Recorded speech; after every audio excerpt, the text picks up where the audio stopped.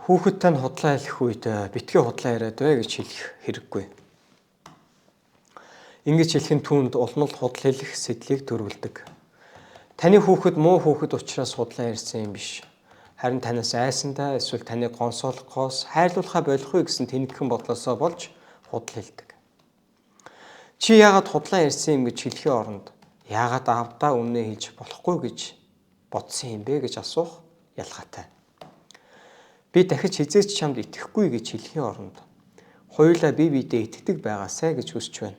Аав нь чамайг ойлгоход бас итгэхэд туслаарай гэж хэлэх өөр бас ялгаатай. Үннээ хэлж бай гэж хэлхийн оронд аавдаа үннээ хэлж байвал хоёулаа хамтдаа асуудлыг аль болох эрт дээр нь шийдэх боломжтой гэж хэлэх нь бас л ялгаатай.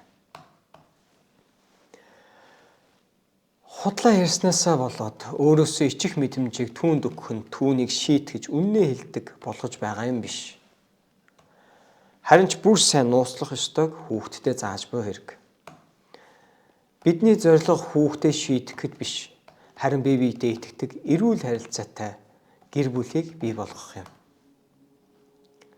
Таны гэр бүл, таны үр хүүхэд танд итгэдэг, илэрхийлж чаддаг байгаасай гэж хүслээ.